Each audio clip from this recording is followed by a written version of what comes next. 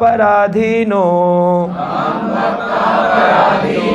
हि अस्वतंत्र इव द्विजः साधुभिर्ग्रसत हृदयो भक्तिर्भक्त जनप्रिया।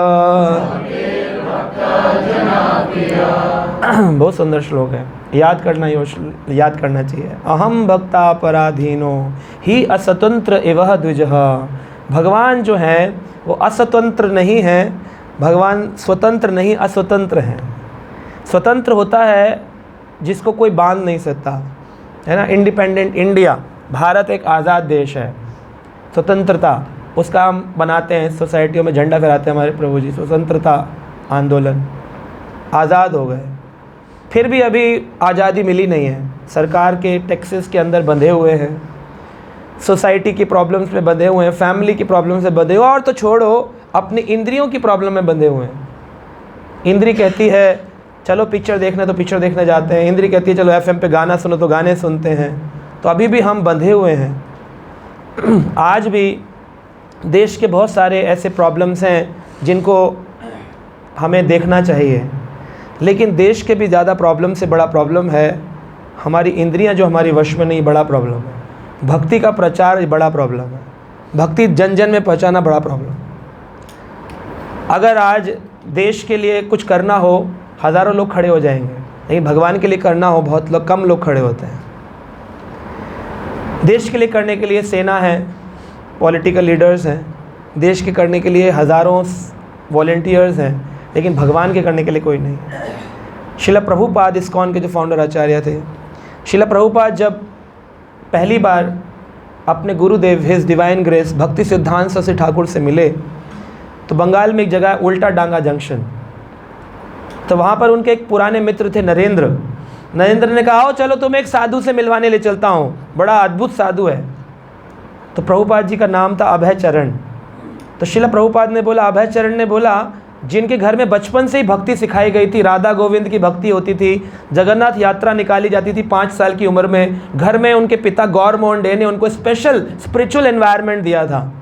लेकिन ऐसी स्थिति में जब वो बड़े हो गए थे, 26 साल के थे, तो उनके मित्र ने कहा तो मैं साधु से मिलवाता हूँ, तो उन्होंने मना कर दिया, क्योंकि उन्होंने कई सारे साधुओं के अंदर दोष देखे थे। खाना खाते थे, दान लेते थे, आशीर्वाद देते थे, चले जाते थे।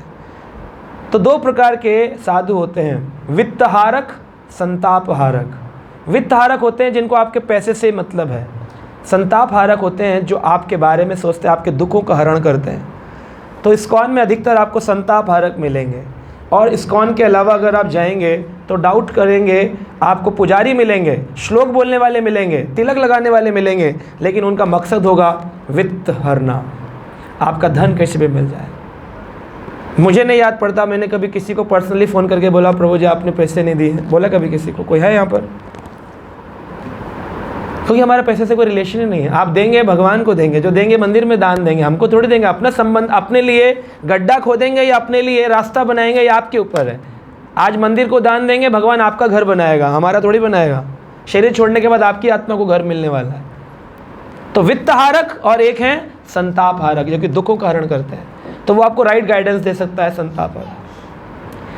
तो कई सारे उन्होंने देखे थे, उन्होंने कहा मैंने बहुत साधु देखे, कहा ये स्पेशल है। जब मिलने पहुँचे उस समय अभय चरण सुभाष चंद्र बोस के साथ इंडियन नेशनल कांग्रेस और महात्मा गांधी के साथ भारतीय आज़ादी के आंदोलन में जुड़े थे। आज भी आप लोगों को झंडा फहराने में ज़्यादा अच्छा लगेगा बजाय माला घुमाने के। आज भी स्थिति ऐसी है हिंदुस्तान की। उस समय महात्मा गांधी के आंदोलन के सहयोगी थे सबसे बड़े मूवमेंट में अभय चरण डे, और सुभाष चंद्र बोस के साथ मिलने वाले थे कि हम क्रांतिकारी बनने वाले हैं। रात को बम बनाना और ऐसी चीज़ें करना उन लोगों के आंदोलन में थे। लेकिन जब पहली बार भक्तिसांद महाराज ऐसे बैठे थे और इसी तरह का एक उल्टा डांगा जंक्शन में एक कार्यक्रम चलता था, जो आज इस्कॉन के पास आ गया है। उल्टा डांगा जंक्शन रिसेंटली इसी साल इस्कॉन को प्राप्त हुई है प्रॉपर्टी।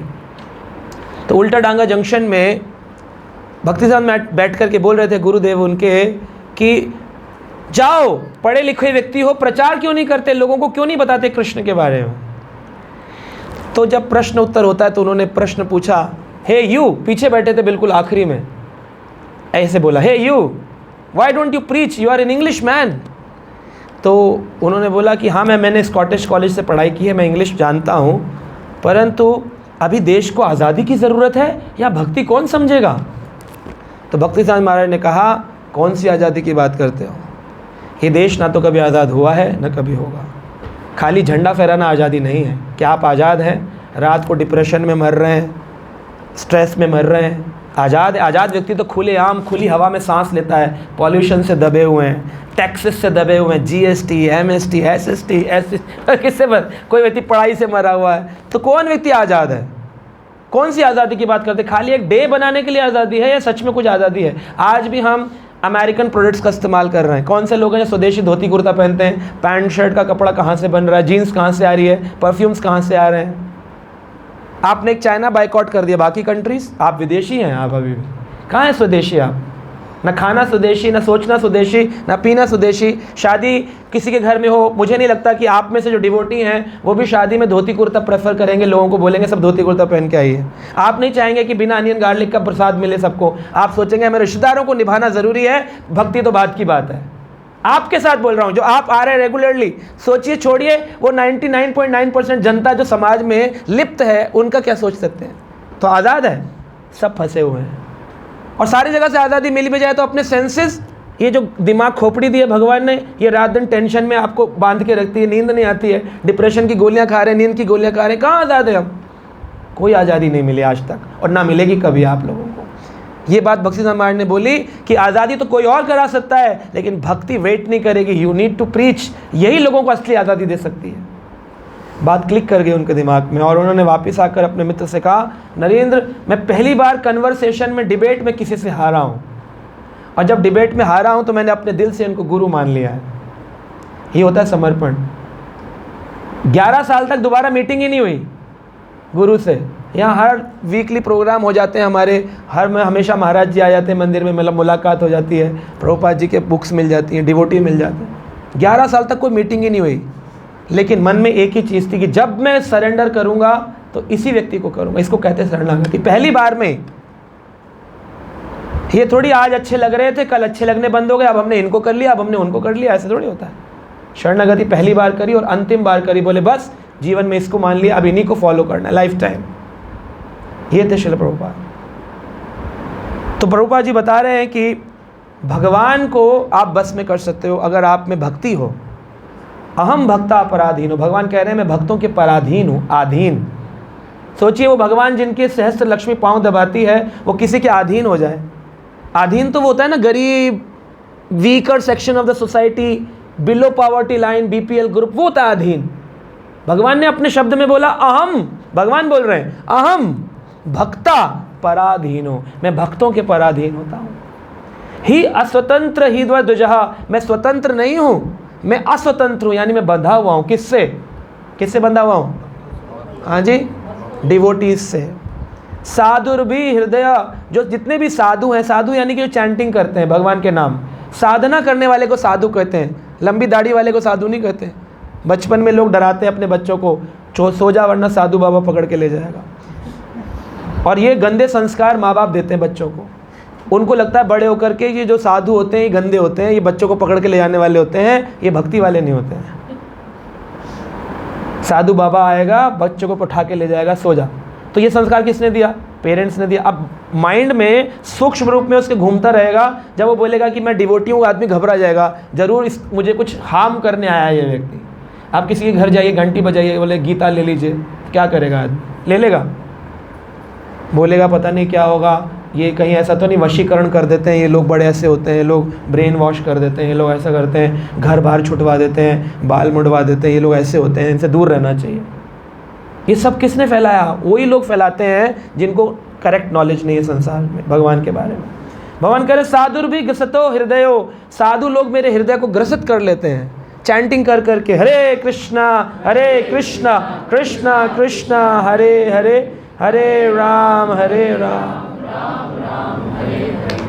भगवान कह रहे हैं मैंने केवल भक्त पर आश्रित होता हूँ, लेकिन भक्त के भक्त पर भी आश्रित होता हूँ। अब सोचिए, यहाँ बोल रहे हैं भक्तेर भक्त जनः प्रिया, यानी कि केवल श्रील प्रभुपाद पर भगवान आश्रित नहीं है। भगवान प्रभुपाद के डिसाइपल पर भी आश्रित हो सकते हैं। बस आप में प्रेम होना चाहिए, वो लव होना चाहिए टूवर्ड्स कृष्णा।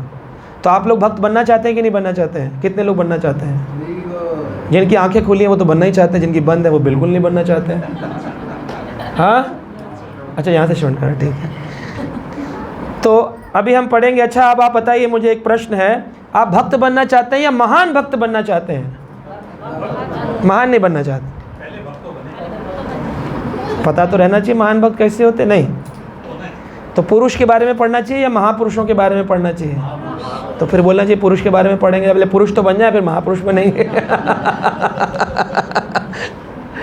लेकिन हमें टारगेट लेना चाहिए महान भक्त बनना कैसा होता है। जब महान भक्त का लक्ष्य करते हैं तब फिर उसकी ओर धीरे धीरे अग्रसर होते हैं।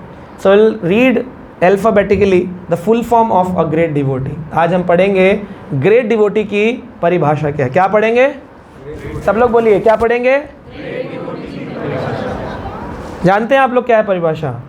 चलिए पढ़ते हैं। ग्रेट की स्पेलिंग क्या है? GREAT, great. और डिवोटी की DEVOTE, डबल ई। सो इस तरह से डिवोटी। सो ग्रेट डिवोटी की फुल फॉर्म क्या है? आज हम ये चर्चा करेंगे। G is for gratitude. G is for gratitude. भक्त का पहला लक्षण है, महान भक्त का, कि वो हमेशा कृतज्ञ होता है। क्या होता है? कृतज्ञ नहीं होता है, कृतज्ञ होता है। कृतज्ञ का मतलब है थैंकफुल। जिन्होंने हमको शिक्षा दी, जिन्होंने हमको सिखाया, उन व्यक्ति को हमेशा समर्पित रहना, मानसिक रूप से या शारीरिक रूप से। कभी भी उनको भूलना नहीं कि जब हम तेज़ हो गए तो बोले कि अब हम एक्सपर्ट हो गए हैं, अब हमको क्या ज़रूरत है उनको थैंक यू बोलने की। जो बड़े बड़े गायक होते हैं ना, वो भी जब अपनी रियाज़ में उनको बोले वाह क्या गाया है, तो वो क्या बोलते हैं? जी मैंने अपने उस्ताद से सीखा था। बोलते हैं मैंने अपने उस्ताद से सीखा। कान पकड़ कर। क्यों कान क्यों पकड़ते हैं? गलती की है? नहीं, अगर उस्ताद जी मेरे बोलने में कोई गलती हो जाए उसके लिए मुझे क्षमा करिएगा, ये बोलते हैं उस्ताद जी। इसका मतलब होता है I am sorry if I did something wrong in to your lotus feets. गायक गायकी वाले, जबकि शराबी कबाबी होते हैं, मांस खा के गाना गा रहे हैं, फिर भी उनके लिए कान पकड़ रहे हैं। स्पोर्ट्स स्टार्स होते हैं बड़े बड़े, उनसे पूछते हैं आप इतने बड़े स्पोर्ट्स स्टार कैसे बने? तो वो अपने जो गुरु जी का नाम लेते हैं कि my coach was this this this and I learn from them and सब बताते हैं अपने बारे में। तो क्या डिवोटीज़ को नहीं बोलना चाहिए? डिवोटीज़ को बड़े सम्मान से अपने टीचर्स का नाम लेना चाहिए, सम्मान से। सम्मान लेने का तरीका क्या होता है? जैसे किसी का नाम है, उदाहरण में ले लें कृष्ण प्रिय दास किसी का नाम, तो आप इसको कहने के कई तरीके हैं। बोले आप गुरु जी किससे जुड़े हुए हैं या कहाँ से शिक्षा ली आपने? बड़े अच्छा बोल रहे हैं आप। कृष्णा प्रभु है ना, कृष्णा प्रभु, कृष्णा प्रभु है जी, भी भूल गए, कृष्णा प्रभु है, उनसे सीख रहा हूँ। ये होता है सबसे लोअर ग्रेड का व्यक्ति। इसके ऊपर होता है मीडियोकर, वो बोलता है मैं कृष्ण प्रिय प्रभु जी है ना, उनसे सीख रहा हूँ, ये सेकेंड कैटेगरी। इसके ऊपर है वो बोलता है मैं हिज ग्रेस कृष्ण प्रिय प्रभु जी से सीख रहा हूँ, ये होगा फर्स्ट लेवल। इसी तरह से गुरुदेव होते हैं, बोले जी आप किसके शिष्य हैं? वो है गोपाल कृष्ण महाराज है ना, गोपाल कृष्ण महाराज से दीक्षा लिया मैंने। सेकेंड लेवल का होगा गोपाल कृष्ण गोस्वामी महाराज है ना, उनसे। फर्स्ट लेवल का वो बोलेगा हिज होलीनेस गोपाल कृष्ण गोस्वामी गुरु महाराज जो हैं, he is my spiritual master. So this is a level how you treat your गुरु। हाँ, कई बार मैं देखता हूँ प्रभु जब लोग आवाज़ लगा प्रशांत प्रभु सुनिए, प्रशांत प्रभु, पता चल जाता है कौन सा 1 2 3 कहाँ पर डायलाई करता है।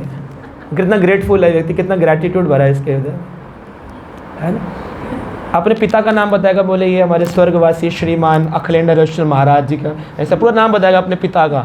और प्रभु जिनसे सीख रहा है उनको प्रभु जी भी हटा देता है। हाँ PMD, हाँ कई लोग तो शॉर्ट फॉर्म में मुझे लिखते हैं हरे कृष्णा PM प्रभु, PM प्रधानमंत्री, प्राइम मिनिस्टर। तो मैं ये नहीं बोला ठीक है, मैं तो मुझे कोई फ़र्क नहीं पड़ता because I am very friendly person, but still अन्य भक्तों के प्रति हमको, अगर हम भक्ति में सच में ग्रेट डिवोटी बनना चाहते हैं, सो अब नरोत्तम दास ठाकुर ने एक जगह कहा आपनार भजन कथा ना कहिबे यथा तथा। नरोत्तम दास ठाकुर कहते हैं अपना भजन, अपने गुरु का नाम यथा तथा ऐसे ही नहीं ले लेना चाहिए, बड़े सम्मान से लेना चाहिए। और जैसे प्रसाद हो गया, प्रसाद के प्रति ग्रैटिट्यूड कि इस प्रसाद ने मेरा जीवन बदला है। कोई व्यक्ति आया बोला जी लीजिए जगन्नाथपुरी का प्रसाद, कैसे लेना चाहिए? ऐसे खड़े हुए ले लिया, ऐसे घप करके खा लिया, नीचे चप्पल जूते पहने हुए थे। जब प्रसाद आए तो तुरंत चप्पल उतार करके और कई डिवोटीज़ के अंदर बड़ा ग्रैटिट्यूड होता है। वो जब मिलते हैं तो पूरा दंडवत प्रणाम करते हैं, अष्टांग प्रणाम करते हैं। किसी का फिजिकल एलिमेंट हो सकता है लेकिन वो अपना हेड नॉड करके प्रणाम करते हैं। कुछ लोग करते ही नहीं हैं। और प्रभु जी सही चल रहा है? कोई ज़रूरत हो तो बताना, टेंशन में मत लिया करो। अब हम हैं ना, मतलब अब ये टेंशन से भी निकालेंगे। एक समय हमने इनको टेंशन से निकाला था। ये देखिए कितना नॉन ग्रेटफुल एटीट्यूड लोगों का होता है, भक्तों का, है ना। सो ये ठीक नहीं। और इसमें कुछ और, इसके ऊपर एक और अग्रसर एक और बता देता हूँ लेवल। एक दिन एक डिवोटी आया मेरे से कंधे पे हाथ रखता है, ऐसे फोटो खिंचा, कह रहा है एक सेल्फी हो जाए प्रभु। मैंने कहा आपके सारे वीडियो देखता हूँ प्रभु, मैं आपको मैं बहुत मानता हूँ। ये मान रहा है, इसके अंदर कोई ग्रेटफुल एटीट्यूड नहीं है। अगर उसे सेल्फी लेनी है तो उसको पूछने का तरीका है ना। उसको बोलना चाहिए प्रभु जी हरे कृष्णा, प्रभु जी एक फ़ोटो ले सकता हूँ आपके साथ में, बेटा ज़रा ले लेना प्रभु जी के साथ। एक भाव है। मैं ये नहीं कह रहा हूँ मेरे साथ ऐसा करिए, मैं जनरल अंडरस्टैंडिंग दे रहा हूँ। लेकिन किसी व्यक्ति कहते हैं शिष्य का हाथ अगर गुरु के कंधे तक चला जाए तो अब वो शिष्य नहीं रहा, या शिष्य के मन में गुरु के प्रति सम्मान नहीं रहा। So never stand with this pose with your teachers. मैं अपने टीचर्स के प्रति कभी इससे नहीं खड़ा हुआ हूँ, है ना। तो ये है ग्रैटिट्यूड। महान भक्त बनने यहीं से अपराध प्रारंभ होते हैं। जब हम बहुत ज़्यादा फ्रेंडली होते हैं तो वी फॉरगेट, बहुत सारी चीज़ें भूल जाते हैं। कहते हैं familiarity breeds contempt, familiarity breeds contempt, यानी कि बहुत ज़्यादा दोस्ताना हो जाने पर हमारा जो सम्मान है वो घट जाता है। जैसे जो चंदन की लकड़ी है कितनी इम्पॉर्टेंट है, कहाँ से चंदन की लकड़ी लेके आते हैं। एक चंदन की लकड़ी लेने के लिए डिवोटी फ़ोन करते हैं कि प्रभु जी मिल जाएगी, वो घिस करके चंदन लगाना है भगवान को, कॉस्टली आती है, 400-500 रुपये का इतना सा पीस आता। तो सोचिए पेड़ कितना महंगा होगा, पूरा चंदन का कितना महंगा होगा, हैवी। और जो चंदन के पेड़ के आसपास रहने वाले जो लोग होते हैं, जंगल में रहते हैं भील, वो लोग खाना जो कुकिंग करते हैं अपनी, तो कहाँ से करते हैं, उसी लकड़ी को काट करके चंदन की लकड़ी की खुशबू निकल रही है, उससे कुकिंग हो रही, खाना बन रहा है। तो क्या हो गया, ज़्यादा फैमिलियर हो जाने से उसके प्रति चंदन की क्वालिटी घट गई, ख़त्म हो गई, वैल्यू खत्म हो जाती। तो इस तरह से ग्रेटफुल ना होने से ग्रेट डिवोटी नहीं बन सकते। पहला ही है ग्रैटिट्यूड, पहला ही है। देन सेकंड कम्स, महान भक्त बनने की कैटेगरी में is repentance. R is for repentance. Repentance होता है हम कहाँ गलत हैं उसके लिए हमेशा पश्चाताप करना, ग्लानि की भावना से बढ़ना। आप हमेशा करेक्ट हो गए ये ज़रूरी नहीं है, तो आपको सीखने के लिए तैयार होना चाहिए।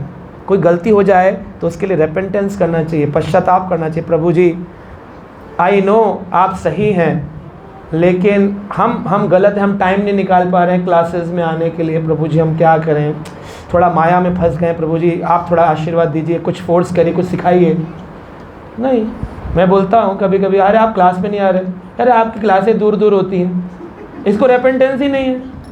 कह रहा दूर दूर आप तो पता नहीं कहाँ करते हो, हम कहाँ तक जाएंगे, हमारे पास टाइम थोड़ी इतना। इसको रेपेंटेंस है, ये तो खुश है, और दूर चले जाओ हमारे से परमानेंट, हम फ्री है, मजे से रहें। तो उसके अंदर ग्लानि की भावना समाप्त। ये जो प्रशांति धाम में हम लोग आते हैं, यहाँ से भक्तों को बोलो कि आइए प्रभु जी मेरा मंदिर में क्लास है। सच बताइए कितने लोग भागवतम क्लास मॉर्निंग 8 बजे, यहाँ से 8 किलोमीटर भी नहीं है, 5 किलोमीटर है, कितने हमारे ये संजय प्रभु नोएडा से आते हैं क्लास सुनने भागवतम। ये रोहित प्रभु आए हैं मयूर विहार से क्लास सुनने के लिए, है यहाँ पर इतनी दूर दूर से लोग आ जाते हैं।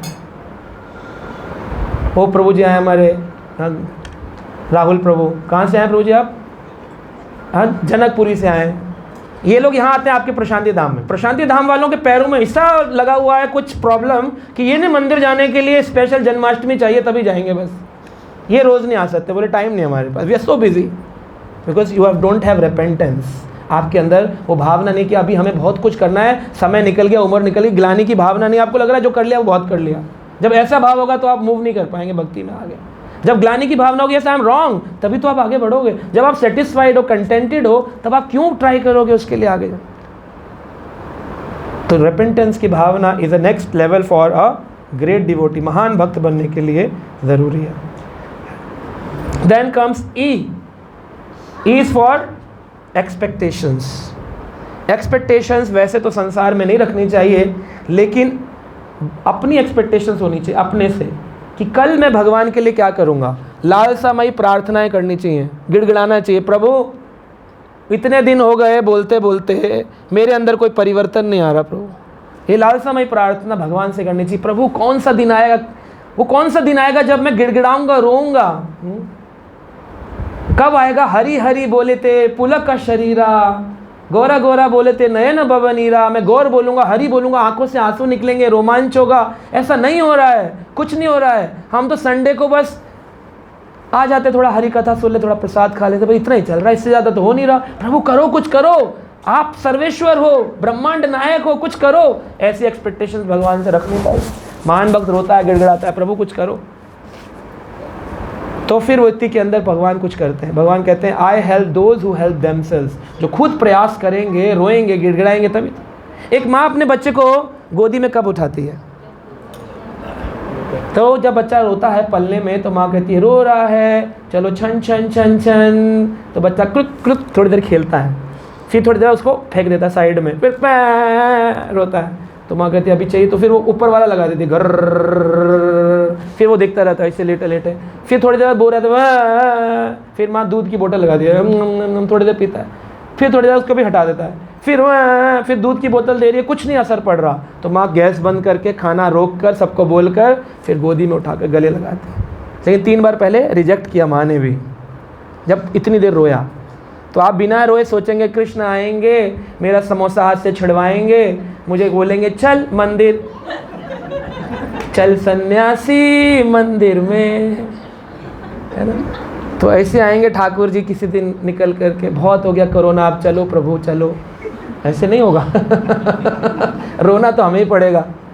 तो भगवान क्या करता है, जब ज़्यादा थोड़ा बहुत रोते आए कोई व्यक्ति, तो भगवान उसको छोटी छोटी चीज़ें देते हैं कि चलो वीरेंद्र प्रभु एक और प्रॉपर्टी ले लो। तो वे कहते हैं, ये संतुष्ट हो जाते हैं, कह रहे प्रभु जी आजकल काम बहुत आया हुआ है, टाइम नहीं मिल रहा है। तो भगवान खुद ही रिजेक्ट करवाते, कह रहे लो, फिर वो फंसा देंगे ऊपर, फिर वो घर घर वाला लगा देंगे, बोले कि कोई बीमारी आ गई है, हम अभी निकल नहीं पा रहे हैं, है ना। फिर किसी को कुछ मिल जाएगा, हमारे रस्तों की प्रभु जी को एक और जॉब मिल गया, हाई प्रोफाइल, बोले बिजी हो गया प्रभु जी, दूध मिल जाता चप चप चप चप चबाते। लेकिन जब ये चीज़ें रिजेक्ट करेंगे, प्रभु ये सब तो है, ये सब रहेगा, जब तक जीवन है तब तक काम धंधा घर परिवार रहेगा, इसे छोड़ना भी नहीं है। लेकिन प्रभु आप कब मिलेंगे, ये लालसा जब होगी, तब भगवान कहेंगे बहुत रो रहा है मेरे लिए, तब आ मैं तुझे गोदी में उठा। तब भगवान मिलते हैं एक्चुअली। तब तक भगवान मिलेंगे नहीं जब तक आप में रिजेक्शन एटीट्यूड नहीं है, आई डोंट नीड दिस, ठीक है मैं अटैच नहीं हूँ इससे। तो मैं भक्तों का भाव देखता हूँ, हमारे प्रभु जी का, नोएडा में रहते हैं, इंजीनियर हैं, क्या ज़रूरत है इतनी दूर से आने की, बीच में 3 मंदिर पढ़ते हैं, नोएडा का पढ़ता है, स्टोव कैलाश का पढ़ता है, यहाँ आ गए। बोले प्रभु जी संडे के दिन मैं आपसे मिलना चाहता हूँ, क्योंकि पता नहीं जब तक आपसे नहीं मिलता, हरी कथा नहीं सुनता, मुझे पूरा वीक लगता है, पूरा हफ्ता पूरे वीक रहता हूँ। प्रभु जी आया तो मुझे अच्छा लगता है, इनके अंदर लालसा है सीखने की, जानने की, भगवान को पाने की। ये लालसा सब में हो तो महान भक्त बन सकता है, अन्यथा अपनी कंफर्ट में रहना, डिवोटी बन सकते हैं, हल्का फुल्का कृपा मिल जाए, लेकिन महान भक्त बन जाए कि कृष्ण हमको मिल जाए जीवन में, हम गोलोक धाम चले जाएं, डिस्कम्फर्ट सारे ख़त्म करके भगवान हमें अपने हृदय में रखें और हम उनके हृदय में रहें, मुश्किल। पाप आपके भी चले जाएंगे, लेकिन उसके आगे का प्रॉब्लम है। And A is for agreement with the plan of the Lord. A है एग्रीमेंट, यानी कि एक होता है प्रभु मेरी इच्छा पूरी करो, और दूसरा होता है प्रभु तेरी इच्छा है मेरी इच्छा। कौन सा ज़्यादा बेटर है? तेरी इच्छा मेरी इच्छा। अब इसका उदाहरण है अर्जुन। अर्जुन लड़ना नहीं चाह रहे थे, क्योंकि अर्जुन की इच्छा थी कि मैं युद्ध, गीता में क्या बताया, युद्ध ना करूं, और भगवान की इच्छा क्या थी, युद्ध करो। तो अर्जुन ने किया कि नहीं किया? अपनी इच्छा के विरुद्ध किया। उसको तो मैं नहीं चाहता था मारना, लेकिन कृष्ण चाहते थे तो उन्होंने अपनी इच्छा को भगवान की इच्छा के विरुद्ध खड़ा कर दिया। ठीक है, भगवान आप चाहते हैं, आपके लिए करो। तो आप पूछेंगे कि हमें कैसे पता चलेगा भगवान क्या चाहते हैं? अब यही प्रश्न आपके मन में है। तो या तो आपके स्पिरिचुअल गाइड्स जो आपको आध्यात्मिक ज्ञान दे रहे हैं, वो जो चाहें वो आप करो, या दूसरा शास्त्र में जो लिखा है वो आपको करना पड़ेगा। अब आप बताइए, आपका जीवन, एक श्लोक बताइए, आपका होमवर्क है अगले प्रोग्राम तक। आपको ढूंढना है 700 श्लोक गीता में से, सभी, चाहे माता जी हो, प्रभु जी हो, बुजुर्ग हो या बच्चे हो, जहाँ जितने भी हैं, आपको अगले हफ्ते या तो आइएगा मत प्रोग्राम, ये तो उत्तर है। अगर आएंगे तो आपको ढूंढ के आना है कि 700 श्लोक में से आपने एक श्लोक को अपने जीवन का टारगेट माना कि ये श्लोक मैं अपने जीवन में उतारूंगा या उतार रहा हूँ। 1 श्लोका, नॉट एवरी श्लोका, 1 श्लोका, कि प्रभु जी ये very close to my heart, मैंने इसको अपने जीवन का आधार बिंदु माना है। That 1 shloka you have to. Homework है आप सबका। लाएंगे या नहीं? पहला वाला ऑप्शन ठीक था, नहीं आएंगे, क्योंकि ऐसे मैंने पहले भी किया। कई बार हमारी क्लास से होती है, जब मैं बोलता हूँ अगले हफ्ते टेस्ट होगा, वो आधी क्लास ही नहीं आती। आप बोलो कि अगले हफ्ते प्रसाद हम होगा, सब आ जाते हैं। So agreement with the plan of the Lord, भगवान की इच्छा में अपनी इच्छा को डालना ये है। आप अपना मत लगाइए। कभी बोला जाए कि सेवा में आइए तो बोले नहीं प्रभु ये प्रॉब्लम, वो प्रॉब्लम, ये प्रॉब्लम, ये आपकी इच्छा है। लेकिन जब बोल दिया गया कि आपको ऐसा करना है, अगर आप करेंगे आपको असीम सिद्धि प्राप्त होगी, ये आप समझ नहीं पाएंगे क्योंकि ये सूक्ष्म है, सटल साइंस है, spiritual science. And then T comes tolerance. T is for tolerance, सहनशीलता। जब ऐसी परिस्थितियां होंगी, जब विपरीत चलेंगे, तो बहुत सारी चीज़ें सहन करनी पड़ेगी। अर्जुन के पुत्र अभिमन्यु भगवान की इच्छा से युद्ध भी किया, तेरी इच्छा में मेरी इच्छा भी डाल दी और बेटा ही मरवा डाला। करेंगे? अब बोले प्रभु एक तो आपने कहा, हमने किया, आप पैर और टूट गया हमारा, कार का टायर पंचर हो गया हमारा, हमने आपकी इच्छा मानकर किया, ये क्या ऐसी इच्छा है, हमारा तो अनिष्ट होने लगा। इसीलिए रखा टी इज़ फॉर टॉलरेंस। जब आप भगवान की इच्छा में अपनी इच्छा डालेंगे, हो सकता है कुछ चीज़ें गड़बड़ नजर आएँ। जैसे अर्जुन का स्वयं पुत्र अभिमन्यु 16 वर्ष का मारा गया, लेकिन अर्जुन ने ये नहीं कहा सामने खड़े हो बच्चा मरवा दिया, नहीं करता तुम्हारी भक्ति, नहीं ले लेना, मुझे युद्ध नहीं चाहिए, मुझे कुछ भी नहीं कर। अगेन दोबारा दूसरे दिन प्रारंभ किया युद्ध, पुनः उसी शक्ति से, उसी झील के साथ, उसी एंथुसियाज्म के साथ पुनः उन्होंने अपने महाभारत के युद्ध को लड़ा। तो सहनशीलता जो है ये अभिन्न अंग है भक्ति का। जितना ज़्यादा सहनशील व्यक्ति होगा उतना ज़्यादा वो ग्रो करता है। यहाँ तो छोटी छोटी बात पे लोग नाराज़ हो जाते हैं, है कि? जैसे मान लो कि मेरे पास 25 ग्रुप हैं व्हाट्सएप, है ही, मानना क्या है ही, और हर एक में 200 250 भक्त हैं। मैं सबको तो बात नहीं कर सकता, है ना? लेकिन मैंने कोई मैसेज भेजा और वो मैसेज 25 ग्रुप में या तो नेटवर्क इशू के कारण या नहीं पहुंचा, एक में नहीं पहुंचा, तो जिस ग्रुप में नहीं पहुंचा उस ग्रुप का व्यक्ति नाराज़ हो जाएगा। वो प्रभु जी आप तो हमसे बात ही नहीं करते, हमें बताते ही नहीं कहाँ प्रोग्राम चल रहा है, कहाँ नहीं चल रहा। मैं बोलूँगा उसको, मैं उत्तर दे रहा हूँ कि प्रभु जी हो सकता है रह गया हो। नहीं नहीं, ऐसे कैसे रह जाएगा, ये सही कर रहे हो। This argument, Prabhu don't think I am arguing with you, ये हमारा हक बनता है आपके प्रति। यार हक वक कुछ नहीं है, तुम आर्ग्यू कर रहे हो। मैंने तुमको बोला ना, मेरे वचन पर विश्वास नहीं है। जब मेरे वचन पर विश्वास नहीं है तो मेरे वचन पर आप जीवन क्या चलेंगे अपना? लीव इट, छोड़ दो उस बात को। सो आप डिसाइपल ही बनने योग्य नहीं। डिसाइपल मीन्स डिसिप्लिन्ड, आर्ग्यूमेंट नहीं है। Disciple means disciplined. तो श्रील प्रभुपाद जी बोलते थे, प्रभुपाद जी ने अपने जीवन में 5000 दीक्षित भक्त बनाए। कितने? और 5000 भक्तों को इंस्पायर किया, यानी टोटल 10,000 शिष्य प्रभुपाद जी के थे। सिर्फ 11 वर्ष में श्रील प्रभुपाद ने विश्व में 10,000 शिष्य बनाए, स्ट्रॉन्ग डिवोटीज। लेकिन प्रभुपाद जी ने एक जगह बोला, I have many disciples but few are actually initiateds. मेरे बहुत शिष्य हैं पर कुछ ही सही मायने में दीक्षित भक्त हैं। क्या मतलब है? बाकी सारे लोग जो थे वो सुपरफिशियल थे, गुरु को भी पता होता है। तो हर व्यक्ति महान भक्त नहीं होता, सबकी परसेंटेज अलग अलग होती है अपने अपने कार्मिक रिएक्शंस के कारण, और उसको काट कर के आगे बढ़ना ही भक्ति है। कोई भी व्यक्ति पानी की धारा के साथ तैर सकता है। स्विमिंग आती किसी को? स्विमिंग कितने लोगों को आती है स्विमिंग? ओह काफ़ी सारों को आती है। ठीक है, तो आप बताइए, आप बताइए, पानी की धारा के साथ जैसे अगर स्ट्रीम है, डाउन स्ट्रीम है, तो यू कैन स्विम इजीली, पर अप स्ट्रीम है और आपको डाउन स्ट्रीम जाना है, कितना मुश्किल है, कटेगा ही नहीं पानी, बहुत मुश्किल होता है। तो माया आपको डाउन स्ट्रीम है, ऊपर से नीचे लेके आई है, और आपको नीचे से भगवान के धाम जाना, तो कितना मुश्किल है तैरना।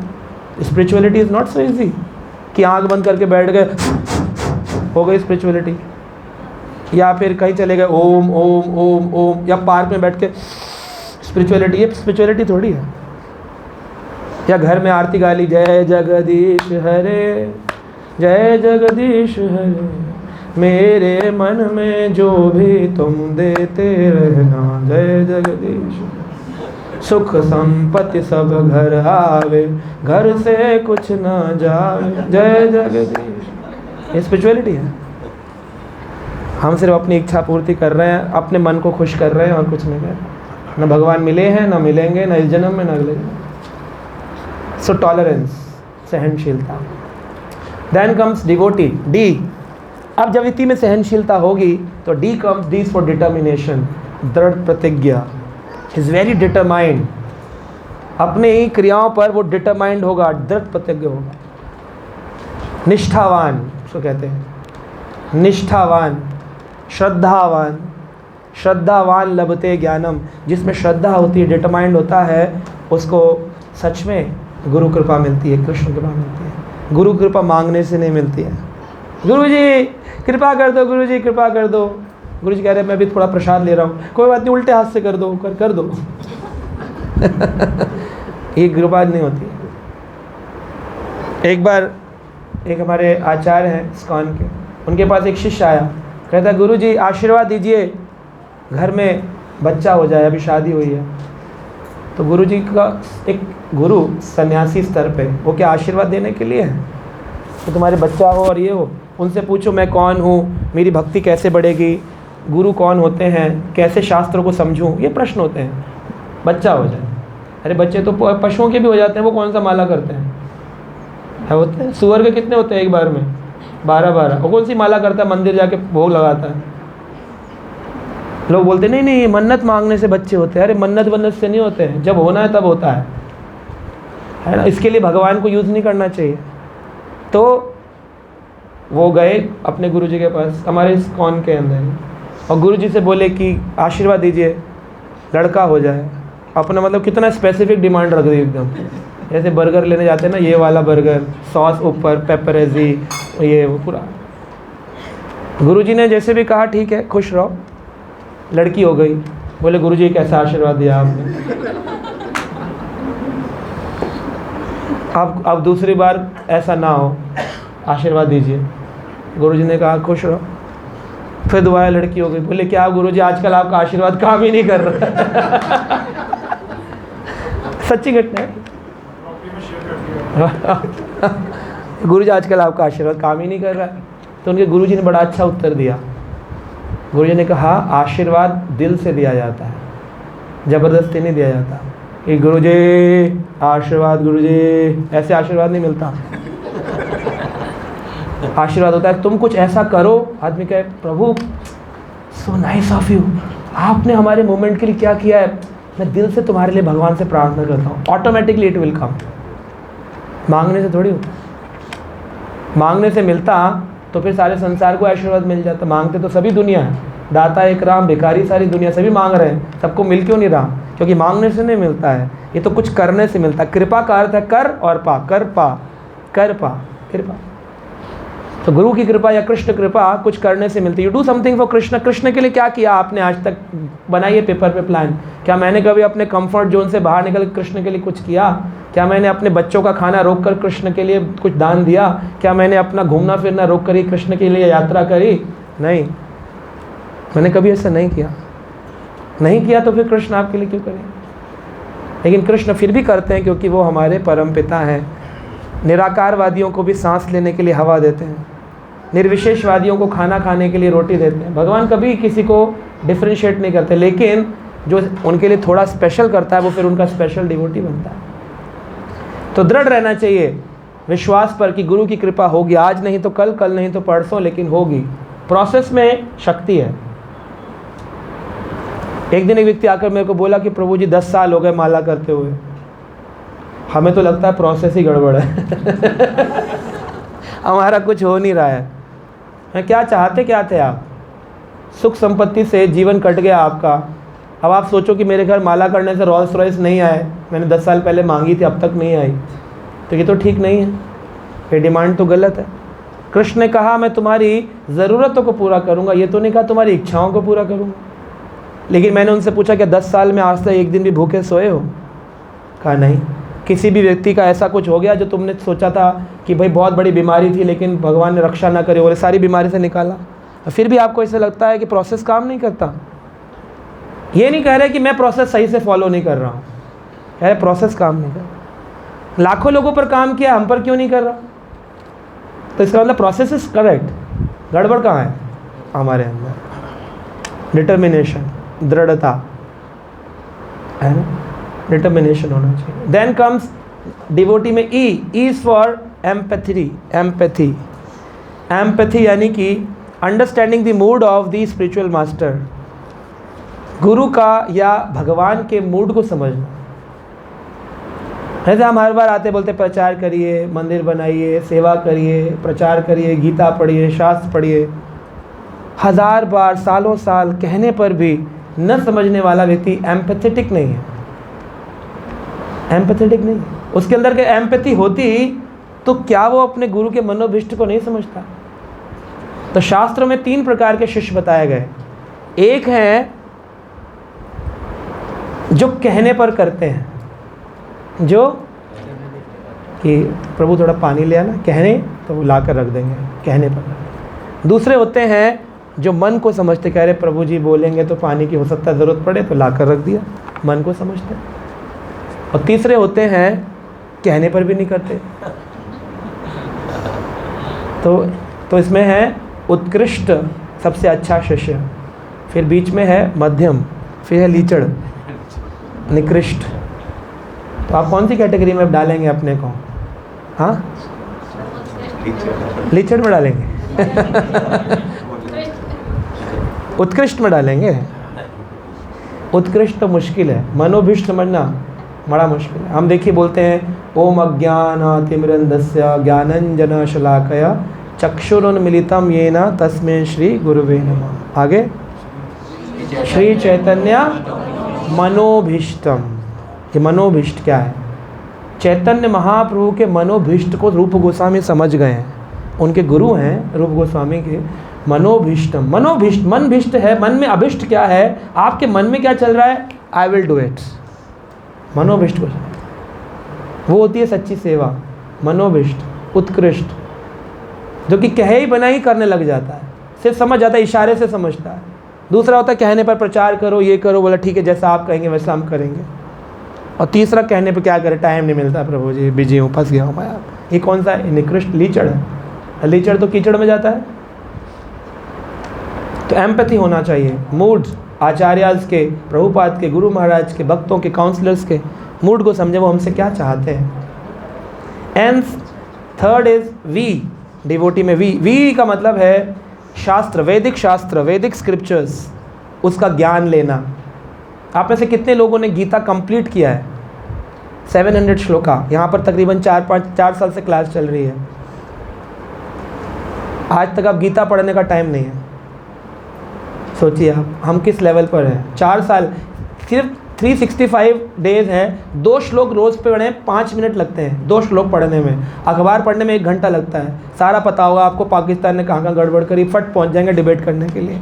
कहाँ कश्मीर फाइल में प्रॉब्लम चल रही है, अनुपम खेर ने पहले क्या था बाद में क्या था, सब बता देंगे। 2 श्लोक पढ़ने के लिए 5 मिनट चाहिए। अगर रोज़ 2 पढ़ें, 365 दिन, 1 वर्ष में भगवद गीता कंप्लीट हो सकती थी। 4 साल में 4 बार भगवद गीता पढ़ सकते थे। अभी भी कुछ ही भक्तों ने पढ़ा, और वो भी इसलिए क्योंकि वो ऑलरेडी पढ़ रहे थे। तो इससे मुझे तो क्या लगेगा कि मैं बेकार आ रहा हूँ ना यहाँ पर। I should stop coming here, should end the program. Gita पढ़ने का टाइम भी नहीं आपके पास। तो वैदिक शास्त्र, डिवोटी में वी इज़ फॉर वैदिक शास्त्र। भागवत में 18,000 श्लोक हैं, चैतन्य चरितामृत जो है उसमें अनेक श्लोक हैं, 3 वॉल्यूम है। कौन पढ़ेगा उसकी तो बात ही छोड़ो। जब गीता ही नहीं पढ़ी, जो बेसिक ग्रंथ है हमारा, मेन सिद्धांत है हमारा।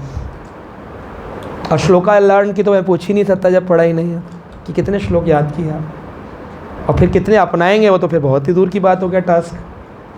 तो वैदिक शास्त्र। And O is for devotee में, ओ इज़ फॉर ओबीडियंट।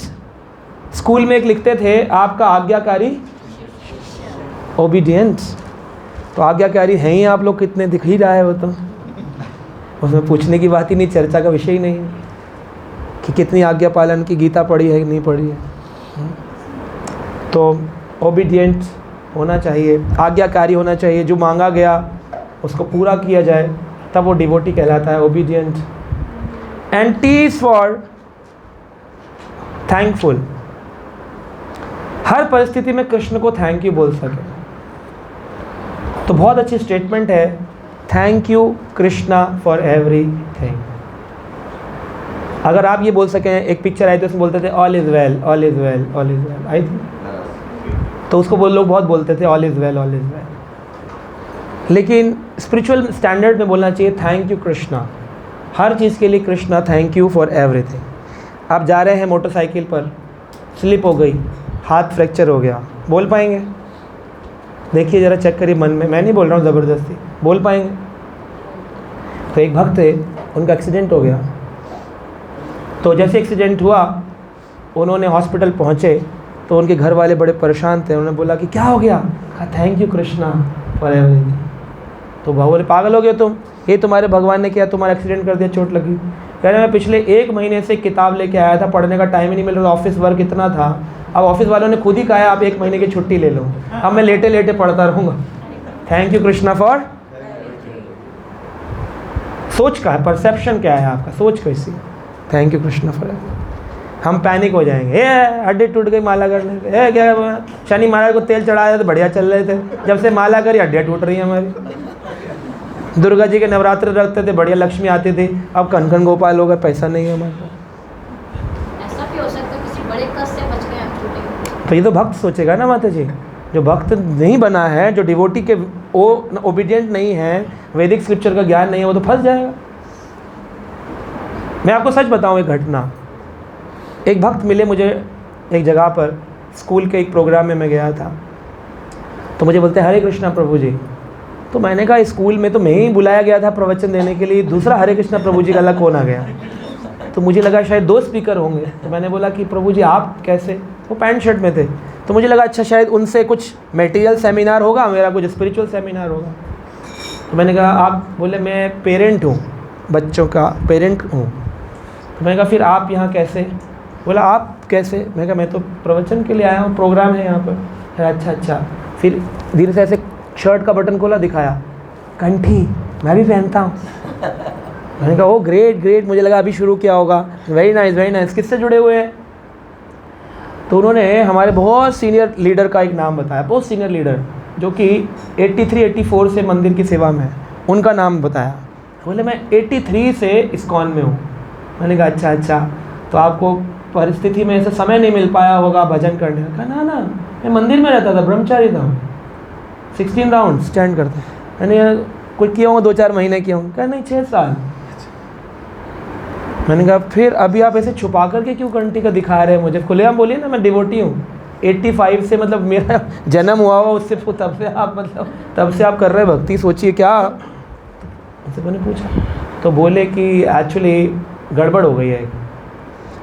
कुछ समय बाद जब मैं था तो मुझे लगा कि मुझे ना गृहस्थ लाइफ में जाना चाहिए, तो ब्रह्मचारी के बाद गृहस्था बन सकते हैं, ऑप्शन है।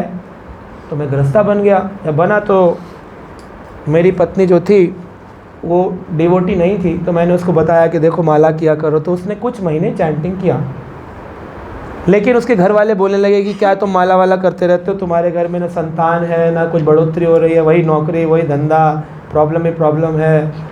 तो घर वालों ने कहना शुरू किया अपने डेमी गॉड वर्शिप कि तुम ये कर लो वो कर लो। किसी ने बोला साईं बाबा के चले जाओ, वहाँ की पीली खिचड़ी खा लो, बृहस्पतिवार को चले जाओ। तो ऑलरेडी 2-3 साल गुजर गए थे उनकी शादी को, तो अब ये व्यक्ति भी क्या बोलता, तो बोला ठीक है वाइफ को तुम चली जाओ, इतना वो कह रहे हैं। तो चली गई। जिस महीने जाना शुरू किया था उसी महीने वो कंसीव हो गई। ऐसा प्रारब्ध में होगा कि इसी दिन होगा, उसका सारा क्रेडिट मंदिर को चला गया। अब तो पत्नी ने जो है ना उसको बोला ये माला नहीं आनी चाहिए मेरे घर के अंदर। वो नहीं ज़बरदस्ती मान रहे थे तो कैंची से उनकी माला काट दी, दीक्षित माला। बाद में बताया उन्होंने वो दीक्षित भी थे, तो माला भी काट दी उनकी। और घर के अंदर नॉनवेज भी बनना शुरू हो गया, क्योंकि साईं बाबा की हांडी में नॉनवेज भी बनता था, तो नॉनवेज भी खाने लग गए। एक बच्चे के कारण पूरा का पूरा सब कुछ गड़बड़ कर दिया उन्होंने। और उन्होंने बोला आप मेरे घर चलिए, मेरे पास प्रभुपाद जी के इतने पुराने पुराने वो हैं फ़ोटोग्राफ्स, इतने पुराने पुराने ग्रंथ उन्होंने मुझे दिए, जो ग्रंथ आज बुक शॉप में नहीं मिलते। तो पुराने डिवोटी है ना, बच्चे बड़े हो गए हैं, सब कुछ सेटल है, लेकिन लाइफ में अब कंठी छुपा करके रहना पड़ता है। मतलब माला मैं करता हूँ, उंगलियों पे करता हूँ, क्योंकि मैं बोलूँगा तो झगड़े होते हैं घर के अंदर। सोचिए इस लेवल से भी यहाँ आ सकते हैं, तो आप तो अभी आगे ही नहीं जा रहे हैं, तो कहाँ आपकी स्थिति है सोचिए आप। तो ये माया बड़ी प्रबल है, डिटरमाइंड नहीं होंगे, दृढ़ नहीं होंगे, कहीं से भी खींच करके कहीं भी ले जाएगी, है ना। इसलिए thank you Krishna for everything कहना ये बहुत ज़रूरी है। कहीं ना कहीं उन्होंने कुछ इरिटेशन किया होगा, कृष्ण तुमने ऐसा क्यों किया, और वहीं से बात और बिगड़ने लगती है। कृष्ण तो अवश्य रक्षबे कृष्णा, कृष्ण रक्षा करेंगे, किस तरह करेंगे वो कृष्ण ही जानते हैं। जब ऐसा भाव होगा तो फिर आपके अंदर थैंक यू कहने का भाव होगा, डिटरमाइंड होंगे आप थैंक्स गिविंग। श्रील प्रभुपाद जी के कुछ भक्तों को उठाकर जेल भेज दिया गया, तो भक्त बड़े डिप्रेशन में आ गए। प्रभुपाद जी से बोले प्रभुपाद हमें जेल मिल गई है, बोल रहे हैं इस्कॉन वाले सीबीआई एजेंट है, तब नया नया प्रचार शुरू हुआ था, हमें जेल में जाना पड़ रहा है। प्रभुपाद ने कहा बोलो thank you Krishna for everything. बोले इसमें थैंक यू क्या, हम जेल जा रहे हैं प्रभुपाद जी, आपके शिष्य हैं, आप कह रहे थैंक यू, इसमें थैंक यू क्या है। प्रभुपाद बोले डर क्यों रहे हो, कृष्ण का जन्म भी जेल में हुआ था, आपको विजिट करने को मिल रहा है भगवान का जन्म स्थान। तो एक भक्त थे, वो आके प्रभुपाद जी से बोलते हैं प्रभुपाद जी आजकल ना ड्रग्स पीने वालों को पकड़ा जा रहा है इस अमेरिका में, और मैंने तो ड्रग्स पीना छोड़ दिया है क्योंकि मैं आपके मूवमेंट में जुड़ गया हूँ और मैं तो अभी भक्ति करता हूँ, लेकिन वो टेस्ट कर रहे हैं सबको, और खून में ड्रग्स आ गई तो मुझे भी उठा कर डाल देंगे, तो मुझे डर लग रहा है क्या होगा। Prabhupada I was dealing with drugs. Prabhupada ने कहा डोंट वरी, जब मैं इलाहाबाद में था तो मेरी भी फार्मेसी थी, Prayag pharmacy, I was also dealing with drugs. पर वो अलग बात है, वो नशे वाली थी और वो ठीक करने वाली थी, लेकिन प्रभुपाद ने उसको मोटिवेट किया, oh you are dealing with drugs, we are same, I was also dealing with drugs. So इस तरह से गुरु निकाल लेते हैं। तो उन्होंने कहा थैंक यू श्रील प्रभुपाद। प्रभुपाद ने कहा no thank you Krishna for everything, thank you Krishna for. ये भाव होना चाहिए हमेशा, हर परिस्थिति में बोल सकें। और आप देखेंगे कुछ काल बाद आपको जाकर पता चलेगा कृष्ण का जो निर्णय था वो मेरी सोच से परे था, अच्छा था, जो हुआ अच्छे के लिए हुआ। जैसे अकबर बीरबल की कथा आप जानते हैं, बीरबल खड़े थे और हर बात पे बोलते थे भगवान जो करता है अच्छे के लिए करता है। अकबर अपनी फाइटिंग तलवार चला रहे थे और तलवार चलाते चलाते टंग खड़ंग टंग खड़ंग कड़क ऐसे आवाज़ आई और देखा उंगली से खून निकल रहा है। बीरबल खून निकल गया। बीरबल बोले अरे भगवान जो करता है अच्छे के लिए करता है। क्या लगा अजीब आदमी है, यहाँ खून निकल रहा है, बोल रहा है भगवान जो करता है, इसमें क्या अच्छा है। तो पट्टी वट्टी लगाई, लेकिन गुस्से में बोले इसको उठाकर काल कोठरी में डाल दो। बंद कर दिया पूरा ताला डाल करके। बीरबल कह रहे सुनिए तो महाराज, सुनिए तो महाराज। कुछ नहीं सुनना, काल कोठरी। महाराज बोले अब मन बड़ा विचलित हो रहा है, चलो शिकार पे चलते हैं। तो शिकार पर चले गए, घोड़े पे बैठकर। 2-3 सिपाही, तेज़ आंधी आई, घोड़े चले गए इधर उधर, ये अकेले रह गए। अकेले जंगल में घूम रहे थे। वहाँ भील एक व्यक्ति की तलाश में थे कि कोई मिल जाए, हमें अपनी देवी को बलि चढ़ानी है। तो देखा एक राजा आ रखा, ये बहुत अच्छा है, क्या इसकी बलि चढ़ाएंगे। पकड़ लो घोड़े को, पकड़ लिया, भाले वाले लेके नीचे उतार लिया। सिपाहियों देखा कोई सिपाही नहीं है सर, फंस गए। नीचे उतारा, बांध दिया रस्सियों से। अब बलि चढ़ाने के लिए बड़ी बड़ी तलवारों के ऊपर शार्प चालू हो गया, घर घर आप चढ़े। अब मज़ा आएगा, बलि चढ़ेगी। खुश हो रहे थे, आज पार्टी होगी, देवी खुश हो जाएगी, खून पिएगी। इतने में ही उनका हेड पुजारी आया। तो हेड पुजारी आकर के चेक करता है कि सही मायने में इस व्यक्ति के अंदर कुछ प्रॉब्लम तो नहीं, कोई रोगग्रस्त तो नहीं है। जैसे आपका ब्लड लेने से पहले आपको पूछा जाता है कितने महीने पहले दिया था, कोई डायबिटीज़ तो नहीं है, टेस्ट करेंगे, इन्फेक्शन तो नहीं है। चेकिंग करी, देखा हाथ कटा होकर, अरे हू ला ला ला ला ला खंडित है, हू ला ला ला ला खंडित। तो करे तो खंडित है, ये देवी को खंडित नहीं चल सकती, वस्तु प्योर होनी चाहिए ना। ऐसे थोड़ी खचक करके खा के रख दिया भगवान के आगे, खटा हुआ है तो ये नहीं चलेगा। बड़ा उदास हो गए। उदास हो गए थे, लेकिन जब निकले वहाँ से छूट करके बड़े प्रसन्न हुए। बोले सही कह रहा था, भगवान जो करता है अच्छे के लिए करता है। आज उंगली ना कटी होती तो गला कट जाता। बहुत खुश हुए, वापिस आए, बीरबल से मिले, बीरबल को बोला खोलो काल कोठरी खोलो, निकालो निकालो, आज़ाद करो। बीरबल तुम ग्रेट हो। बीरबल कह रहा महान कहाँ हूँ, मैं तो छोटा शूद्र जीव हूँ। नहीं नहीं, तुम नवरत्नों में से एक हो। वाह वाह वाह, मज़ा आ गया। बीरबल लेकिन एक परिस्थिति समझ नहीं आई, तुमने कहा कि भाई जो करता अच्छे के लिए करता है, मुझे भगवान ने हाथ काटा, गला कटने से बचाया, ये सब तो समझ में आया, लेकिन तुम्हारे लिए क्या अच्छा हुआ जो तुम काल कोठरी में पूरा दिन बंद रहे भूखे प्यासे? तुम्हारे लिए कहाँ अच्छा हुआ? तुम्हें तो दुख दिए भगवान ने। बीरबल बोला प्रभु आप साया हूँ मैं, जहाँ आप चलते हैं वहाँ मैं चलता हूँ। जब आपकी उंगली कटी ना होती और आप जाते तो मुझे अपने साथ लेकर के, तो आपको तो छोड़ देते लेकिन मुझे पकड़ लेते। तो भगवान ने पहली अरेंजमेंट कर दिया, ब्लॉक कर दिया। तो जब कभी ऐसी ब्लॉक परिस्थितियाँ आए तो thank you Krishna for everything. Krishna बहुत बहुत धन्यवाद। सीक्रेट ऑफ भक्ति है ये, है ना। And then comes E, devotee. E is for enthusiasm, उत्साह। श्रील रूप गोस्वामी कहते हैं उत्साहात निश्चयात धैर्यात तत्तत् कर्म प्रवर्तनात्। उत्साह भंग नहीं होना चाहिए। कोरोना आया, प्रभु जी आजकल उत्साह थोड़ा कम है, लोग बोलते हैं। क्यों कम है? क्या कर दिया उसने? जिसके प्रारब्ध में मृत्यु है उसकी मृत्यु आनी निश्चित है, आप कुछ बचा नहीं सकते हैं। इतनी सारी दवाइयाँ, इतने सारे डॉक्टर मिलकर भी नहीं बचा पाए, और जिसको बचना था वो घर पे भी बच गया। तो फिर अभी इतना सब देखने के बाद में उस समय लोगों में बड़ा वैराग उतारा। अब प्रभु जी समझ गए, अब तो बस भगवान ही है रास्ता। और जैसे सब कुछ ठीक हुआ, वापस घूम फिर के सारे रास्ते बंद हो गए भगवान वाले, फिर वहीं वापस चले गए। सो देखिए हम कितना फ्लिकरिंग है हमारा उत्साह। तो उत्साह हमेशा मेंटेन रखना चाहिए, उत्साह, है ना। स्माइलिंग डिवोटीज कि जो हो रहा है वाह मज़ा आ रहा है, आनंद आनंद आनंद। And then last E for devotee is equipoised. हर सिचुएशन में इक्वल, सम रहना। भगवान कहते हैं शीत उष्ण सुख दुखेशु मान अपमान यो। तो भक्त होता है वो समान सबके साथ रहता है, कैसी भी परिस्थितियाँ, सर्दी आए या गर्मी आए। जब गर्मी आती है तो चिल्लाते तो नहीं हो, गर्मी आ गई गर्मी आ गई गर्मी आ गई, डम डम डम गर्मी आ गई, एसी चला लेते हो घर के अंदर। सर्दी आती तो रोते नहीं हो, सर्दी आ गई फिर आ गई सर्दी आ गई, फिर क्या करते हो, हीटर चला लेते हो। दोनों स्थिति में बाहर के वातावरण पर काम ना करके आप कहाँ काम करते हो, अंदर के वातावरण पर। ऐसे ही जब परिस्थितियाँ बाहर बिगड़े, बाहर की परिस्थितियाँ तो ठाकुर जी संभालेंगे, आपको तो अंदर की परिस्थिति बदलनी है, अपने मन की परिस्थिति बदलनी। तो इंटरनल चेंजेस, अंदर का एसी चलाना है, अंदर आपको उत्साह रखना है, अंदर आनंद लेना है। So when you are happy inside, तो फिर आपको बाहर की कोई परिस्थिति परेशान नहीं करेगी। तो एक लास्ट कथा बता के हम ओवर करेंगे। तो एक कथा आती है संत नामदेव की।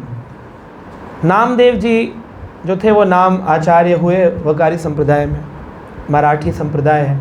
तुकाराम, ज्ञानेश्वर पंडित, जनाबाई, अनेक अनेक संत हैं, बहुत सुंदर भजन करते हैं, नाम कीर्तन करते हैं। तो नामदेव जी इक्विपोइज्ड का एग्जाम्पल है। वो क्या करते थे, जाति पाति का भेद नहीं मानते थे। कहते थे हरि को भजे सो हरि को होए, जाति पाति पूछे नहीं कोई। कौन सी धर्म का है, कौन जाति का, इससे कोई मतलब नहीं है। तो वहाँ के जो स्मार्ट ब्राह्मण थे उनके इलाके के, वो कभी गरीब बस्ती में झुग्गियों में जाकर कीर्तन नहीं करते थे। बोले ये गंदे चमार, ये नीची जाति के, चमार यानी जो चमड़े का काम करते हैं, शरीर की खाल, जानवरों की खाल निकालते हैं, तो ये छोटी जाति है, हम इनके पास बैठेंगे तो हमारा ब्राह्मणत्व नष्ट हो जाएगा। तो इनके घर का नहीं खाएंगे, इनके साथ नहीं जाएंगे, इनको कीर्तन नहीं देंगे, इनको मंदिर में नहीं आने देंगे। तब ये चालू हो गया था कि only Hindus, orthodox Hindus are allowed in the temple. और उससे फिर जातिवाद इतना बढ़ गया, आज तक चल रहा है।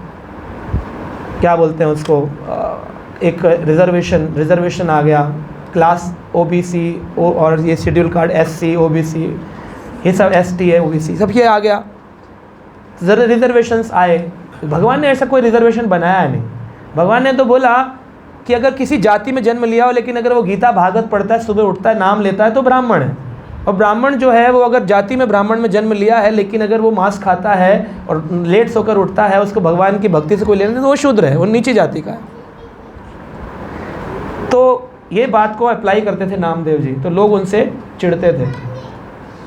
तो एक बार नामदेव जी ने एक्सेप्ट किया कि मैं गरीब बस्ती में जाकर के कीर्तन करूँगा। एक्सेप्ट कर लिया। अब एक्सेप्ट कर लिया तो सारे के सारे स्मार्ट ब्राह्मणों में तो खलबली मच गई कि अभी तो नीची जाति ज़्यादा है, सारे काम करने वाले वर्कर बहुत हैं, और ये लोग अगर इसके साथ हो गए तो यहाँ तो बड़ी कम्युनिटी बन जाएगी, इसके आश्रम बन जाएंगे, मूर्तियाँ बन जाएंगी, हमारा तो बंद हो जाएगा सब कुछ। तो कैसे भी करके इसको ब्लॉक करो, जाने मत दो प्रीचिंग करने, प्रोग्राम करने। तो नामदेव जी जो थे वो भजन कर रहे थे, उनकी रोज़ शाम को मंदिर में संध्या आरती कीर्तन होता था। तो ब्राह्मणों ने बोला कि हमें पता चला है कि आप छोटी जाति में जाएंगे, वहाँ का भोजन भी खाएंगे। कह रहे वो सब लोग माला करते हैं, अभी मेरे प्रवचन सुन के। कह रहे नहीं, आप बैठे तो बैठे, लेकिन मंदिर से आपको जाने नहीं देंगे, मंदिर के सेवा से आप निवृत्त नहीं हो पाएंगे। आज आपके लिए 9 बजे तक की सेवा है, शयन तक सेवा है। उनका कार्यक्रम 7 बजे है। कहा नहीं आप नहीं जा सकते। कह रहे आप लोग आरती कर लेना, एक दिन क्या हो गया। कहा नहीं, मंदिर की सेवा कैसे छोड़ देंगे, सब में फैला देंगे कि तुम ढोंगी हो, भगवान की सेवा छोड़कर शूद्रों में जाके प्रचार कर रहे हो। मंदिर इंपॉर्टेंट है कि तुम्हारे लिए प्रचार इंपॉर्टेंट है। काफ़ी है। तो नामदेव जी बोले ठीक है, आप लोग गुस्सा मत करिए, मेरे लिए मंदिर भी इम्पॉर्टेंट है, भगवान भी इम्पॉर्टेंट है। तो उन्होंने अपना तंबूरा लिया, पगड़ी लगाई, मंदिर चले गए और मंदिर में जाके आरती कर। लेकिन यहाँ से आंसू बह रहे थे कि प्रभु मैं आपकी सेवा में तो लगा हूँ, लेकिन भक्तेर भक्ता जना प्रिया, आपके भक्तों की सेवा में नहीं लग पाया मैं। रो रहे थे मन में। तो जब 9 बजे वहाँ से निकले तो सारे शूद्र समाज मंदिर की ओर आया और आकर के कह रहा है वाह वाह नामदेव जी, वाह वाह वाह वाह, आज आपने क्या कीर्तन किया, क्या कथा करी हमारे यहाँ, हम बड़े संतुष्ट हैं, आपने प्रसाद पाया, वाह वाह। कर मैं तो यहीं पर कीर्तन कर रहा था मंदिर। सारे स्मार्ट ब्राह्मण हैरान हुआ। तो उन्होंने कहा अरे नामदेव जी आए ना, आज आकर के कीर्तन किया, वाह वाह, नाम भाव की क्या बात है, वाह वाह वाह। कैसे कर दिया, कौन गया वहाँ पे? भक्तेर भक्त जना प्रिया। जब भक्त भगवान के लिए कुछ करता है और मन में सोचता है, भगवान उसके काम सारे जाकर कराते हैं। ऐसे डिटरमाइंड इक्विपोज थे। स्मार्ट ब्राह्मणों ने देखा कि इसकी तो बढ़ती जा रही है, इसके तो आनंद ही बढ़ रहा है, लोग इसकी तारीफ ही करते रहते हैं हमेशा, एप्रिसिएशन। रोको, कैसे भी करके रोको इसके एप्रिसिएशंस को, इसके भजन को रोको। तो उन्होंने कहा कि इसको है ना क्रोध दिलाएंगे, और जब क्रोध आया हम कहेंगे हो गया तुम्हारा लेक्चर, बड़े साधु बनते थे, देखा क्रोध कितना आ रहा है, 2 मिनट में पकड़ा जाएगा। तो नामदेव जी स्नान करने जाया करते थे नदी पे। तो स्नान करके बाहर निकले तो एक मुस्लिम व्यक्ति को बोले तुम जाकर के इसके ऊपर थूक दो पान खा के, हम तुम्हें पैसे देंगे। तो ब्राह्मणों ने इकट्ठे होकर मंदिर के उसको पैसे दिए, और उसने पैसे लेकर मुस्लिम व्यक्ति ने पान खाया और जैसे ही वो स्नान करके निकले थूक दिया। तो नामदेव जी बोले अरे ये क्या किया आपने? कह रहे अरे वो ध्यान नहीं दिया, माफ़ करना। तो वापस गए, कपड़ा धोया, फिर बाहर निकल करके आए स्नान करके, फिर उसने फिर दोबारा गए स्नान किया। अब वो समझ गए कि करता रहेगा, 1 बार 2 बार 3 बार 11 बार 21 बार 100 बार 108 बार स्नान करवाया। कई घंटे लग गए, वो पीछे खड़े खड़े हंसते रहे, अब आएगा क्रोध, अब आया, बस आया, देख आके लाल हो गया, आया। ऐसे लोग उजागर करते हैं भक्त को, हाँ भक्ति कर रहे हैं, अभी आया गुस्सा, आया देख आया, पकड़ा गया। आप बोलोगे मैंने बोला कि हाँ देखा, हाँ आ रहा है ना, खुद का नहीं देखेंगे क्या गालियाँ दे रहे, आपको पकड़ेंगे। तो नामदेव जी डिटरमाइंड बने रहे, बोले सहन करना है। हरे कृष्णा कृष्णा कृष्णा हरे हरे राम राम राम हरे। 108 बार स्नान कराया। अब ये जो आदमी था ना, इसके इतनी बार कत्था चूना खा के इसके मुंह से खून निकल रहा है, और ये रो रहा है, कह रहा है मुझे माफ़ कर दीजिए, ये प्रभु जी फ़ोन उठा लेना, गाइड कर दो। तो बोले माफ़ कर दीजिए मेरे को। क्यों माफ़ कर दीजिए? बोले कि मैंने आपके ऊपर इतना सारा थूक गिराया, इतना सारा कत्था गिराया, इतना सारा मैंने आपको प्रॉब्लम क्रिएट किया, आप इसके लिए मुझे क्षमा कर दीजिए, माफ़ कर दीजिए, मैंने बहुत बड़ी गलती कर दी आपके चरणों में। सारे ब्राह्मण ये देखकर भाग गए, क्रोध व्रोध तो हुआ नहीं, यहाँ तो प्रचार हो गया। नामदेव जी ने उसे गले लगा लिया, कहा रो मत, मैं तो आपको धन्यवाद देना चाहता हूँ। अब एक स्थिति तो ये कि कोई बुरा करे आप सहन कर लो, दूसरी ये है कि बुरा करे आप उसको रिप्लाई मत करो, इग्नोर करके चले जाओ। ये तीसरी स्थिति है कि बुरा करने वाले व्यक्ति को प्रणाम करके थैंक यू बोल रहे हैं। ये तीसरी स्थिति है, तीसरी स्थिति है। थैंक यू बोला, क्या थैंक यू बोला कि बोले आज तक मैं इतना आलसी था, रोज़ एक बार गंगा स्नान करता था और मन में ये आता था किसी दिन 108 मन के का जप करूँगा और एक एक डिप करूँगा, लेकिन मेरा आलस इतना प्रबल है कि कभी 108 बार स्नान नहीं किया, लेकिन आज आपके कारण मैंने अपने 108 स्नान कर दिए। 108 बार स्नान। और फिर यही नहीं, इसके बाद बोले मुझे लगता है आपके मुख में कत्था खाने से क्या हो गया है, खून आ गया। चलिए मैं आपको कुछ आयुर्वेदिक दवा दे देता हूँ, उससे आपका ये ट्रीटमेंट होगा। उसके भले की भी सोचें। तो जब कोई व्यक्ति बुरा करे तो आप इग्नोर कर दें, ये पहला लेवल है, उससे जवाब ना दें। दूसरा है कि ठीक है सामने आया तो हरे कृष्णा ठीक है, हाँ मन में से तू जा निकल ले यहाँ से, बस हरे कृष्णा। ये दूसरा लेवल। तीसरा लेवल है, टॉप मोस्ट है, जब सामने आप प्रार्थना करें, प्रभु इस व्यक्ति को इतनी भक्ति देना, इतनी भक्ति देना, इसने इतना बुरा किया ना, इसको इतनी भक्ति देना, बस इसको बहुत भक्ति देना, क्योंकि इसने मेरी शुद्धि कर दी, गालियाँ दे दे करके, मुझे बुरा बोल बोल करके, मेरा क्रिटिसाइज़ करके, निंदा करके, मुझे आनंद आ गया। आज मैं जो भी भक्ति कर पा रहा हूँ इसका कारण यही है। ये ना होता तो वो गंदा कचड़ा मेरे ऊपर लगा रहता। इसने साफ़ किया अपनी जीभ से, धो करके, निंदा करके। बहुत बहुत धन्यवाद प्रभु, इसको बहुत भक्ति देना। सदा सुखी रहो निंदक सुखमाई, रोग ना हो तन सारा। हे निंदक, तुम्हारे को कोई रोग ना हो, सदा सुखी रहो तुम। निंदक जगमाई, रोग ना हो तन सारा, तुमको कोई रोग ना हो। मेरी निंदा करने वाला उतर ही जग निधि पारा। मेरी निंदा करने वाले को भव सागर पार करा देना प्रभु। मैं चाहता हूँ पूरी दुनिया मेरी निंदा करे, मैं शुद्ध होकर आपको प्राप्त कर लूँ। ये भाव है भक्त का। इक्विपोइज्ड, ये होते महान भक्त, great devotees. Hare Krishna. So let's check once, आपने याद किया कि नहीं किया? ग्रेट डिवोटी की फुल फॉर्म एक बार फिर, कुछ वक्त लास्ट पहुँचे हैं तो उनको बताना चाहिए। जी इज़ फॉर ग्रेटिट्यूड, मतलब क्या है कृतज्ञता? व्हाट इज कृतज्ञता? एक व्यक्ति, सारे ने बोलेंगे हाँ माता जी, प्रीति माता जी। थैंकफुल होना चाहिए। थैंकफुल होना चाहिए किसके प्रति? गुरु वैष्णव, जो भी भक्तों से सीखा, जिनसे कुछ भी मदद ली है, gratitude. Then comes R. R is for repentance, यानी पश्चाताप की भावना। किस लिए? क्लास नहीं कर पा रहे, भक्ति नहीं कर पा रहे, आगे नहीं बढ़ पा रहे हैं, रेपेंटेंस की भावना। R, G R. E for expectations from ourselves, अपने से आप उम्मीदें होनी चाहिए, प्रभु अब तो कुछ कर लो, जीवन निकलता जा रहा है, अब तो कुछ कर लो, अब तो सत्वगुणी हो जाओ। एक्सपेक्टेशंस, लालसाएं, है ना। Then G R E A for agreement with the plan of lord, भगवान के प्लान में अपने प्लान को जोड़ना, बजाय इसके कि अपने प्लान से भगवान से बोलना मेरे प्लान को पूरा करो, मेरे प्लान, भगवान ने जो सोचा उसमें अपने प्लान को जोड़ देना, agreement. And then T is for सहनशील होना, हर परिस्थिति में सहनशील बने रहना, सुख दुख हो, अपयश यश हो, समान सहनशील। Then comes D for devotee, means D for determination, दृढ़ रहना। किस चीज़ में दृढ़ रहना? नियमों में, भक्ति में, किसी के कहने पर भी विचलित ना होना। देन कम्स ई, एम्पैथी। एम्पैथी मतलब क्या है? अंडरस्टैंडिंग द मूड क्या है? भाव, उनके भाव को समझ जाना, मुझसे चाहते क्या है गुरुजन, वैष्णवजन, शास्त्र, भगवान कृष्ण मुझसे चाहते क्या है? Empathy, D E. And then comes V for Vedic शास्त्र पढ़ने चाहिए, गीता भागवत। अखबार मत पढ़ो, गीता पढ़ लो। अखबार मृत्यु के समय काम नहीं करेगा। खबरें आज भी थी, बाद में भी रहेंगी। पहले किसी और की फ़ोटो, कल हमारी फ़ोटो होगी, इससे ज़्यादा कुछ नहीं परिवर्तन होगा, लेकिन भगवान का शास्त्र पढ़ना जरूरी है, Vedic scriptures. And O for obedient, मतलब आज्ञाकारी भी। कौन सा? जो बोला वो किया, है ना। इंटीग्रिटी, जो कहता हूँ वो करता हूँ, integrity, obedient. Then D E V O. Then T for thankful. किसको? Thank you Krishna for